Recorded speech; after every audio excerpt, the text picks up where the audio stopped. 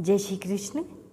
अहमात्मा गुणाकेश सर्वभूताशयस्थितः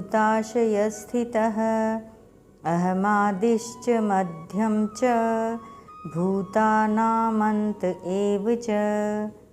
अध्याय 10 श्लोक 20। व्याख्या। भगवान का चिंतन दो तरह से होता है। पहला, साधक अपना जो इष्ट मानता है उसके सिवाय दूसरा कोई भी चिंतन न हो, कभी हो भी जाए तो मन को वहाँ से हटाकर अपने इष्ट देव के चिंतन में ही लगा दें। और दूसरा, मन में सांसारिक विशेषता को लेकर चिंतन हो तो उस विशेषता को भगवान की ही विशेषता समझें। इस दूसरे चिंतन के लिए ही यहाँ विभूतियों का वर्णन है। तात्पर्य है कि किसी विशेषता को लेकर जहाँ कहीं वृत्ति जाए वहाँ भगवान का ही चिंतन होना चाहिए, उस वस्तु व्यक्ति का नहीं। इसी के लिए भगवान विभूतियों का वर्णन कर रहे हैं। अहमादिश्च मध्यम च भूतानामंत एव च। यहाँ आदि और अंत शब्द का प्रयोग पुल्लिंग में और प्रथम शब्द का प्रयोग नपुंसक लिंग में किया गया है। इसका तात्पर्य है कि आदि में अकेले परम पुरुष भगवान रहते हैं। अहमादिर ही देवानाम महर्षिणाम च सर्वशः, गीता 10:2। और अंत में भी अकेले परम पुरुष भगवान रहते हैं।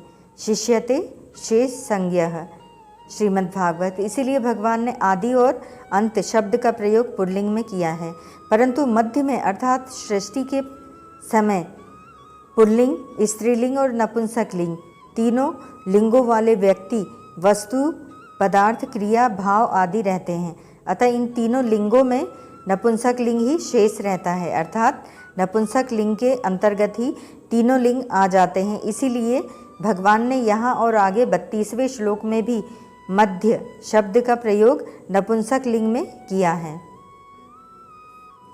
यहाँ भगवान ने अपनी संपूर्ण विभूतियों का सार कहा है कि संपूर्ण प्राणियों के आदि, मध्य तथा अंत में ही हूँ।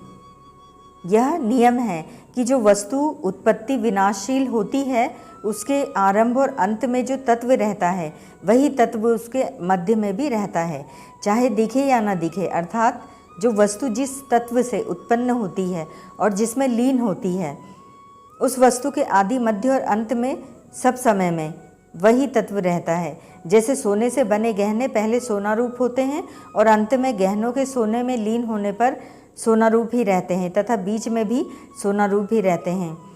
केवल नाम, आकृति, उपयोग, माप, तौल आदि अलग अलग होते हैं और इनके अलग अलग होते हुए भी गहने सोना ही रहते हैं।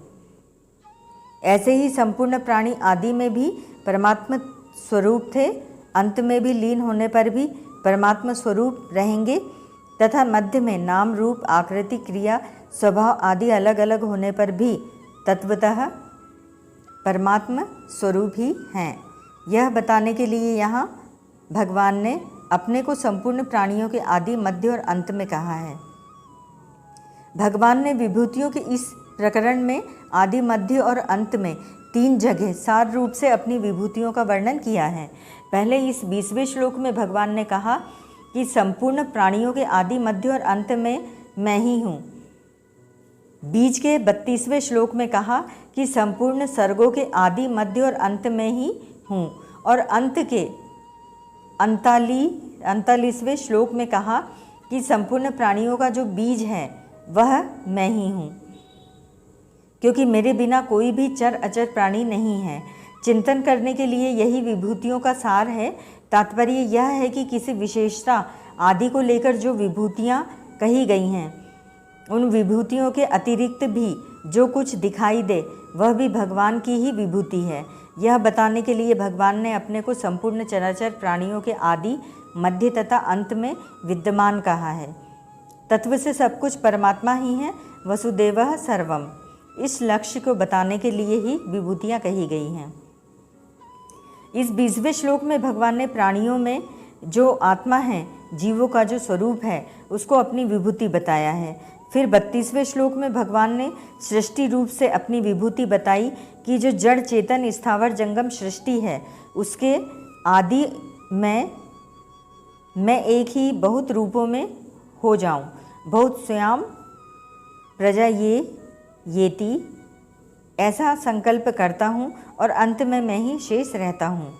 शिष्यते शेष संगः, श्रीमद्भागवत। अतः बीच में भी सब कुछ मैं ही हूँ। वसुदेवः सर्वम, गीता 7:19, सद सच्चाहम अर्जुन। गीता 9:19, क्योंकि जो तत्व आदि और अंत में होता है वही तत्व बीच में होता है। अंत में 39वें श्लोक में भगवान ने बीज कारण रूप से अपनी विभूति बताई कि मैं ही सबका बीज हूँ, मेरे बिना कोई भी प्राणी नहीं है। इस प्रकार इन 3 जगह 3 श्लोकों में मुख्य विभूतियाँ बताई गई हैं और अन्य श्लोकों में जो समुदाय में मुख्य है, जिनका समुदाय पर अधिपत्य है, जिनमें कोई विशेषता है, उनको लेकर विभूतियाँ बताई गई हैं। परंतु साधक को चाहिए कि वह इन विभूतियों की महत्ता, विशेषता, सुंदरता, अधिपत्य आदि की तरफ ख्याल न करे। प्रत्युत ये सब विभूतियाँ भगवान से ही प्रकट होती हैं। इनमें जो महत्ता आदि है वह केवल भगवान की हैं। ये विभूतियाँ भगवत स्वरूप ही हैं, इस तरफ ख्याल रखे। कारण कि अर्जुन का प्रश्न भगवान के चिंतन के विषय में है। 17वां श्लोक किसी वस्तु व्यक्ति के चिंतन के विषय में नहीं। अहमात्मा गुणाकेश सर्वभूताशय स्थितः। साधक इन विभूतियों का उपयोग कैसे करे, इसे बताते हैं कि जब साधक की दृष्टि प्राणियों की तरफ चली जाए तब वह संपूर्ण प्राणियों में आत्मा रूप से भगवान ही है, इस तरह भगवान का चिंतन करे। जब किसी विचारक साधक की दृष्टि सृष्टि की तरफ चली जाए तब वह उत्पत्ति, विनाशील और हरदम परिवर्तनशील सृष्टि के आदि, मध्य तथा अंत में एक भगवान ही है, इस तरह भगवान का चिंतन करे। कभी प्राणियों के मूल की तरफ उसकी दृष्टि चली जाए तब वह बीज रूप से भगवान ही है। भगवान के बिना कोई भी चराचर प्राणी नहीं है और हो सकता भी नहीं, इस तरह भगवान का चिंतन करे। संपूर्ण प्राणियों के आदि, मध्य तथा अंत में भगवान ही हैं। इसका तात्पर्य यह है कि एक भगवान के सिवाय और कुछ है ही नहीं, अर्थात सब कुछ भगवान ही है। भगवान श्री कृष्ण समग्र हैं और आत्मा उनकी विभूति है। आत्मा भगवान की परा प्रकृति है और अंतःकरण अपरा प्रकृति है। गीता 7वें अध्याय का 4-5वां श्लोक।